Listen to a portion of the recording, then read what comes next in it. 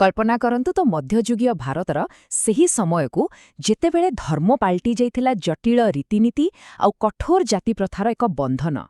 ଠିକ୍ ସେତିକିବେଳେ ଦୁଇଟି ବହୁତ ବଡ଼ ଆନ୍ଦୋଳନର ସୂତ୍ରପାତ ହେଲା, ସୁଫି ଆନ୍ଦୋଳନ ଆଉ ଭକ୍ତି ଆନ୍ଦୋଳନ। ଆଉ ଜାଣିଛନ୍ତି, ଏହି ଆନ୍ଦୋଳନଗୁଡ଼ିକ କେବଳ ଲୋକଙ୍କ ଧାର୍ମିକ ବିଶ୍ୱାସକୁ ବଦଳେଇ ନଥିଲା, ବରଂ ଭାରତୀୟ ସମାଜ ଆଉ ସଂସ୍କୃତିର ମୂଳ ଦୁଆରକୁ ସବୁଦିନ ପାଇଁ ବଦଳେଇ ଦେଇଥିଲା। କିନ୍ତୁ ଗୋଟିଏ ପ୍ରଶ୍ନ ମନକୁ ଆସେ, ଯେଉଁ ସମୟରେ ଧର୍ମ କେବଳ ପଣ୍ଡିତ ଆଉ ପୁରୋହିତମାନଙ୍କ ହାତରେ ଥିଲା, ସେତେବେଳେ ସାଧାରଣ ଲୋକଙ୍କ ଭିତରୁ ଏତେ ବଡ଼ ଆଧ୍ୟାତ୍ମିକ ବିପ୍ଳବ ଆସିଲା କେମିତି? ଏମିତି କ'ଣ ହେଲା ଯେ ଲକ୍ଷ ଲକ୍ଷ ଲୋକ ପ୍ରେମ ଆଉ ଭକ୍ତିର ଏକ ପୂରାପୂରି ନୂଆ ରାସ୍ତାକୁ ଆପଣାଇ ନେଲେ? ଚାଲନ୍ତୁ ଏହାରି ଭିତରକୁ ଯିବା ଆଉ ଏହାର କାରଣ ଖୋଜିବା। ଆଚ୍ଛା, ତେବେ ଆମେ ଆଗକୁ କ'ଣ ସବୁ ଦେଖିବା? ଆମେ ପ୍ରଥମେ ସେହି ସମୟର ପରିସ୍ଥିତିକୁ ବୁଝିବା, ତାପରେ ସୁଫିବାଦର ପ୍ରେମମାର୍ଗ ଆଉ ଭକ୍ତି ଆନ୍ଦୋଳନର ଭକ୍ତିମାର୍ଗ ବିଷୟରେ ଜାଣିବା। ଏହାପରେ ଆମେ ଦେଖିବା ଏହା କେମିତି ଏକ ସାମାଜିକ ବିପ୍ଳବ ଆଣିଲା ଆଉ ଶେଷରେ ଏହାର ପ୍ରଭାବ ଆଜି ବି କେମିତି ରହିଛି ସେ ବିଷୟରେ ଆଲୋଚନା କରିବା। ଦେଖନ୍ତୁ, ଯେକୌଣସି ବଡ଼ ପରିବର୍ତ୍ତନକୁ ବୁଝିବାକୁ ହେଲେ ତାର ପୃଷ୍ଠଭୂମିକୁ ବୁଝିବା ନିହାତି ଜରୁରୀ।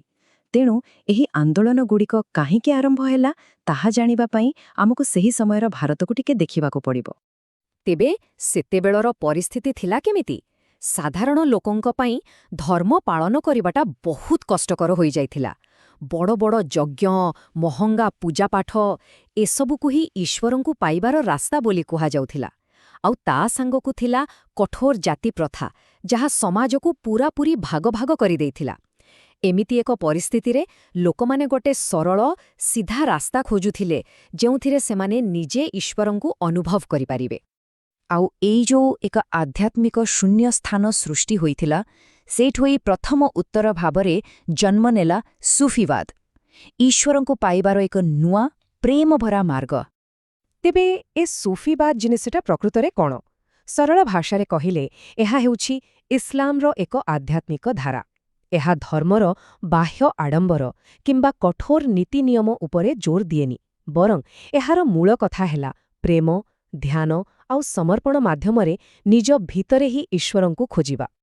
ଏହି ପାଠ୍ୟକୁ ଦେଖନ୍ତୁ, ଏଥିରେ ସୁଫିବାଦର କିଛି ମୂଳ ଧାରଣା ବିଷୟରେ କୁହାଯାଇଛି, ଯେମିତିକି ତବକ୍କୁଲ ଅର୍ଥାତ୍ ଈଶ୍ୱରଙ୍କ ଉପରେ ସମ୍ପୂର୍ଣ୍ଣ ଭରସା, ଆଉ ଫନା ଅର୍ଥାତ୍ ନିଜର ଅହଙ୍କାରକୁ ଈଶ୍ୱରଙ୍କଠାରେ ସମ୍ପୂର୍ଣ୍ଣ ବିଲୀନ କରିଦେବା। ଏଥିରୁ ସ୍ପଷ୍ଟ ଜଣାପଡ଼ୁଛି ଯେ ସୁଫି ମାର୍ଗ କେବଳ ଏକ ବିଶ୍ୱାସ ନଥିଲା, ଏହା ଏକ ସମ୍ପୂର୍ଣ୍ଣ ଜୀବନଶୈଳୀ ଥିଲା।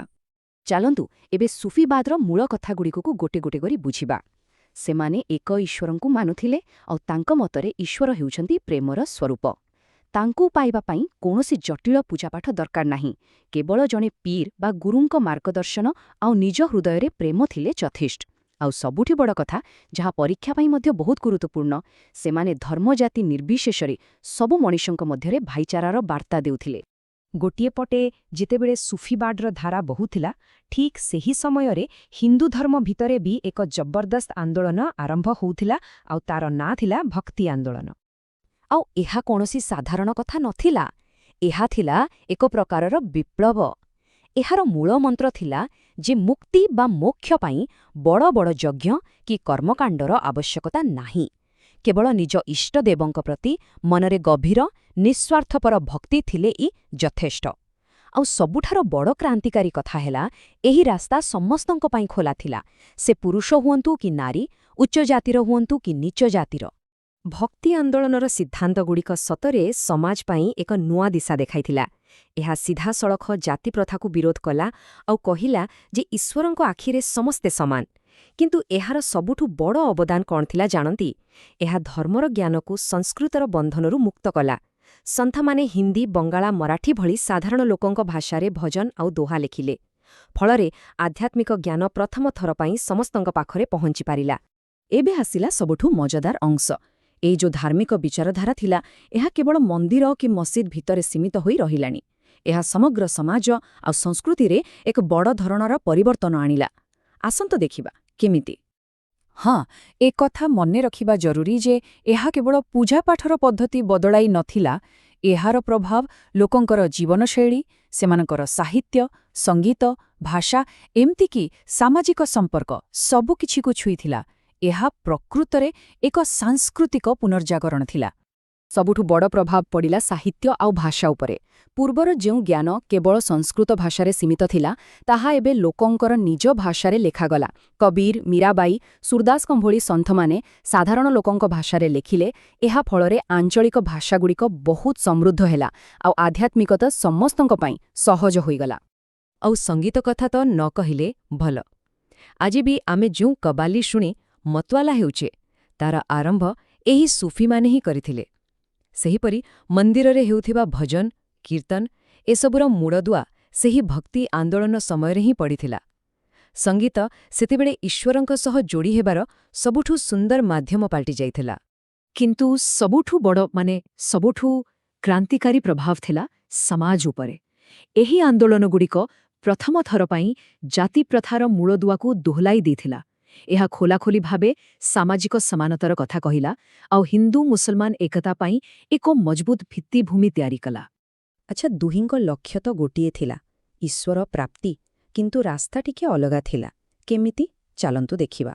ସୁଫିମାନେ ମୁଖ୍ୟତଃ ଏକ ନିରାକାର ଈଶ୍ୱରଙ୍କୁ ପ୍ରେମ ମାଧ୍ୟମରେ ପାଇବାକୁ ଚାହୁଁଥିଲେ। ଅନ୍ୟପଟେ ଭକ୍ତି ଆନ୍ଦୋଳନରେ ଦୁଇଟି ଧାରା ଥିଲା।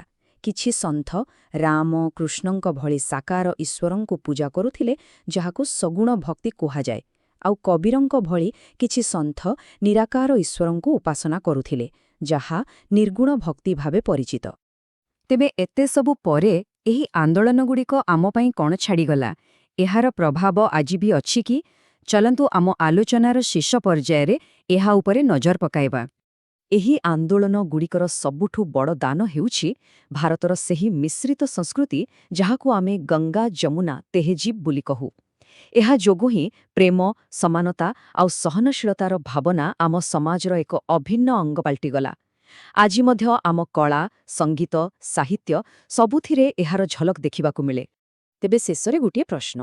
ଆଜିର ଏ ଦୁନିଆରେ ଯେଉଁଠି ଏତେ ଭେଦଭାବ, ଏତେ ଘୃଣା, ସେଠି 70 ବର୍ଷ ତଳର ସେଇ ପ୍ରେମ, ସମାନତା ଆଉ ଭକ୍ତିର ବାର୍ତ୍ତା କେତେ ପ୍ରାସଙ୍ଗିକ? ଏହା ଆମକୁ କ'ଣ କିଛି ନୂଆ ରାସ୍ତା ଦେଖାଇପାରିବ? ଏହା ନିଶ୍ଚୟ ଏକ ଚିନ୍ତା କରିବାର ବିଷୟ।